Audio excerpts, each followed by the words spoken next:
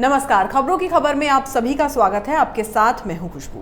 अब तक central industrial security force यानी कि सीआईएसएफ के चीफ की जिम्मेदारी निभा रहे सुबोध कुमार जायसवाल को केंद्रीय जांच एजेंसी सीबीआई की कमान सौंपी गई है।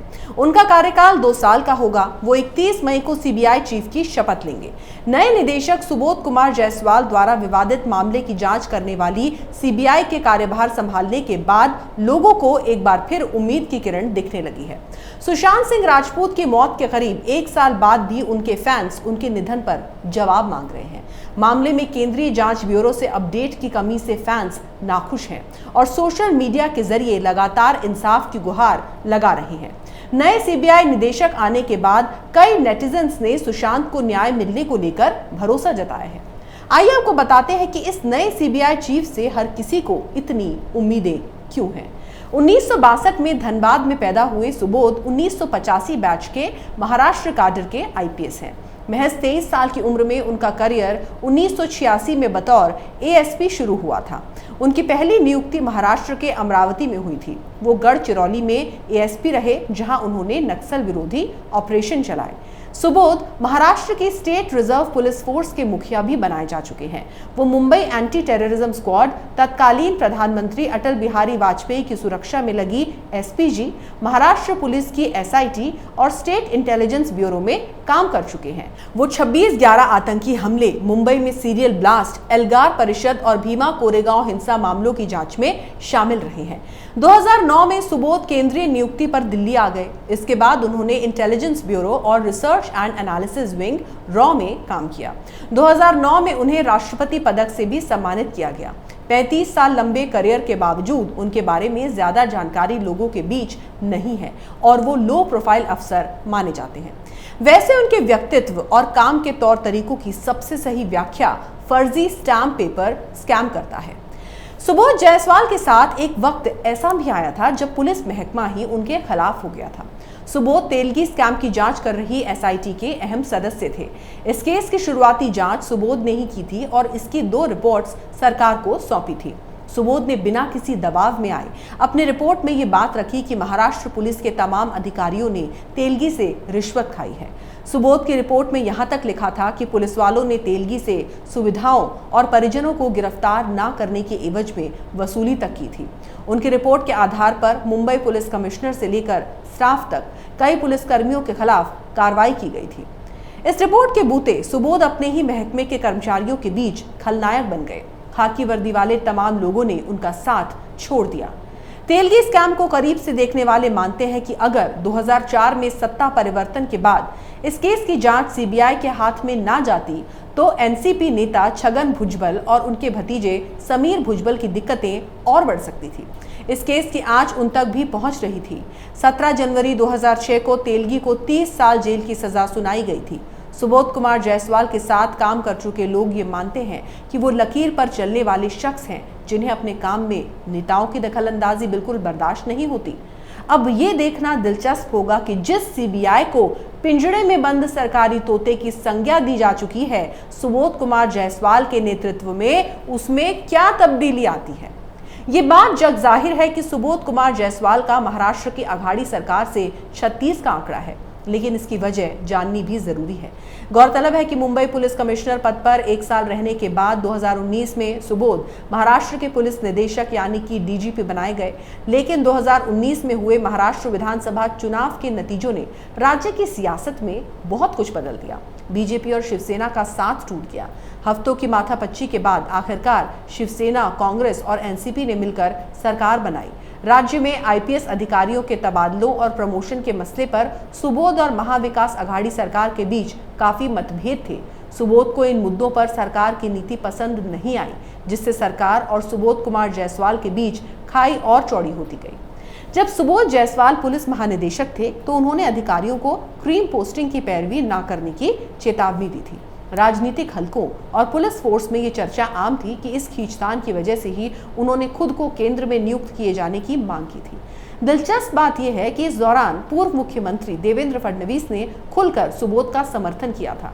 हालांकि इस मुद्दे पर महाविकास अघाड़ी सरकार ने कहा था कि उन्होंने सुबोध की मांग तुरंत स्वीकार कर ली थी। वहीं केंद्र ने भी दिसंबर 2020 में उन्हें सीआईएसएफ डीजी नियुक्त किया था। सुबोध कुमार जायसवाल को सीबीआई डायरेक्टर नियुक्त किए जाने की खबर आने के बाद से मीडिया से लेकर सोशल मीडिया तक महाराष्ट्र के पूर्व गृह मंत्री अनिल देशमुख का खूब जिक्र हो रहा है। इसकी वजह यह है कि सीबीआई चीफ के तौर पर सुबोध देशमुख के खिलाफ भ्रष्टाचार के आरोपों की जांच करेंगे। ये मामला इसी साल मार्च में शुरू हुआ, जब मुंबई पुलिस कमिश्नर रहे परमबीर सिंह ने मुख्यमंत्री उद्धव ठाकरे को एक पत्र लिखा। पत्र में परमबीर सिंह ने आरोप लगाया कि गृह मंत्री अनिल देशमुख ने शीर्ष पुलिस अधिकारियों को हर महीने 100 करोड़ रुपए की उगाही का टारगेट दिया था।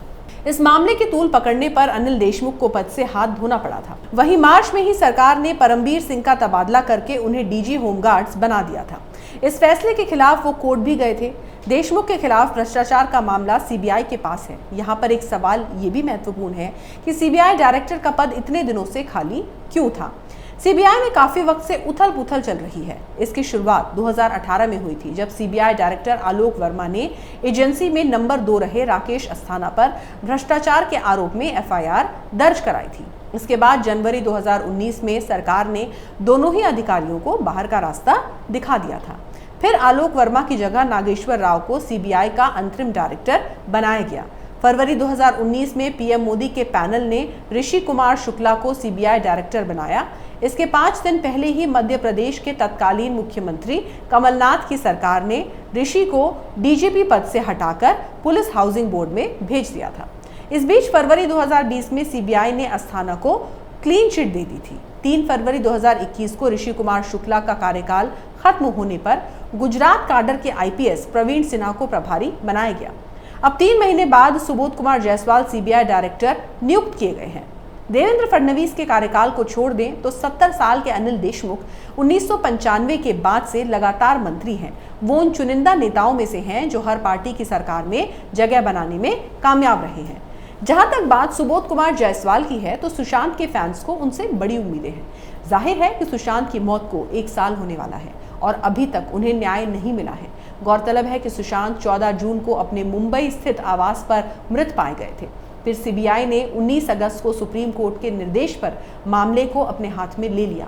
बता दें कि सुशांत के पिता के सिंह ने बिहार पुलिस के पास रिया चक्रवर्ती के खिलाफ शिकायत दर्ज कराई थी और सीबीआई जांच के लिए सुप्रीम कोर्ट का दरवाजा खटखटाया था। ऐसा इसलिए हुआ क्योंकि बिहार पुलिस ने मुंबई पुलिस पर सहयोग की कमी का आरोप लगाया, जो शुरू में मामले की जांच कर रही थी। अब एनसीबी यानी कि नारकोटिक्स कंट्रोल ब्यूरो ने सुशांत के करीबी दोस्त सिद्धार्थ पिठानी को हैदराबाद से गिरफ्तार कर लिया है और सिद्धार्थ 1 जून तक एनसीबी की कस्टडी में रहेंगे। उन्हें हैदराबाद से गिरफ्तार करने के बाद शुक्रवार सुबह मुंबई लाया गया। सिद्धार्थ पर आरोप है कि सुशांत की मौत से जुड़े ड्रग्स केस में एनसीबी के 3 बार समन के बावजूद सिद्धार्थ पूछताछ के लिए हाजिर नहीं हुआ। इसके बाद उसे फरार घोषित कर दिया गया। एनसीबी ने अदालत में बताया कि उनके पास सिद्धार्थ के ड्रग सिंडिकेट से जुड़े होने के पुख्ता इलेक्ट्रॉनिक एविडेंस हैं। इन सबूतों के आधार पर पूछताछ के लिए ही कस्टडी की मांग की गई थी। एनसीबी ने अदालत में बताया कि सिद्धार्थ ने कई मौकों पर ड्रग पेडलर्स के साथ बात की थी। एनडीपीएस एक्ट के सेक्शन 27A, 28 और 29 के तहत अरेस्ट, पिठानी पर ड्रग्स खरीदने और सुशांत तक उसे पहुंचाने का भी आरोप है।